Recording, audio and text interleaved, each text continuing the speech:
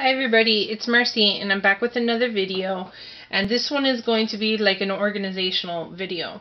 Lately I've been going crazy buying a whole mess of the Martha Stewart punches that they're having on clearance and using my 40% off coupons and everything else.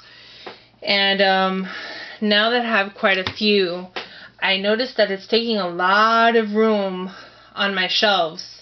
And I'm trying to figure out a way that I can organize them a little bit better. So I thought that perhaps what I should do is go ahead and, because if you can see, I have about 30 of them or so now. And what I figured that I was going to do is I was going to put them like in a box somewhere. But I needed something so that way I would remember, because out of sight, out of mind. So I need to remember which ones it is that I had. So I came up with this. This is a little book that I made. Okay. And then this holds all the punches that I have. And I punched them all out so that way I can see exactly what it is that they do. So the way that I did this is the following. I got a 12 by 12 paper. And that's this red paper here. Got a 12 by 12 paper. And I cut it every 2 inches. I cut it every 2 inches. Then after I cut it every 2 inches, then I cut that every 4. So you're going to end up with a 2 by 4, basically, which is this red. And then what I did is I got a piece of pink paper in my case, and I cut this every 2 inches as well. Okay, so both the red and the pink you're going to cut every 2 inches. The red, you're going to cut every 4 inches the other way, lengthwise. So then you'll get a total of 18 out of one 12 by 12 page. The pink, on the other hand, has to be cut at 3 1/4. So you have to cut it at 3 1/4, and the reason why is because when you try to do one of the around the page, it is set up for 3 1/4, which, if you see here, the paper here, the smallest that it can be, and hopefully you guys can see that, is 3 1/4 inches. So what you do is then you cut the corner and then the other corner. So what I did is I cut one corner, then I cut the other corner, then you basically line it up here and over here. And then once you line them up with both of them, then you go ahead and cut, and that'll give you the middle piece. So the pink has to be 3 1/4. Then after the 3 1/4, you're going to be left over with a little tiny piece, which is about yay big. And what I did was with these is I did it for the edges that don't have any corners to them. So for instance, this one that doesn't have one, I went ahead and I punched out with this. Now, while I did this, I noticed that I have 2 that I have to try to find a partner for. The first one is this looped heart.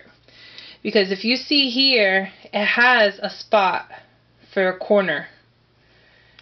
It has a spot for a corner, which means that I need to look for this corner punch. So when I did the looped heart, and I put them alphabetical now because I'm just that way, all I did was punch the middle out, and I left the sides here so that way if and when I ever come up with it, I'll go ahead and punch these out, and then I have a removable mini dot back there. And then that other one, the traditional eyelet that I've been trying to find the edger for, all I did was punch out the corners for that, and then I left the middle, and this would be the middle here. Okay. And then what I did with the other ones, like for instance, these deep edge ones, the doily lace, you can either put one of these little papers and put it in here, and then you're going to have to line it up in the back with a pair of tweezers. So what I did is I grabbed my paper with the tweezer here. I'm trying to do this on camera. Makes it a little bit more difficult. And you see how in the edge, if you can see there with the pink, you have a spot where it doesn't have anything. So right here, I would hold it, press down a little bit, and that'll keep your paper secure turn it over and then apply pressure, really hard pressure, to get it out. So that's how I did those. And that's how I decided to organize these. So these were with the leftovers from the 3 1/4. You get 3 3 1/4, and then the last one is this little piece, which I use for these. And then, you know, the other ones that are the deep edge ones, I went ahead and I used the ends to them. And that's how I got this little book. Up here on the top, I put the name of the punch, so that way I know what it is, and they're all in alphabetical order. And then I put a little hole on the side. You could either do that with a hole punch or the crocodile. I did mine with a crocodile. So I just went ahead and put the hole punch, and then I got one of these little, I don't even know what these are called, but these like little binder things. I think you fasten these for minis, and I went ahead and I just bound them together. Another note is that you need to make sure that you put glue on all of these little tiny things.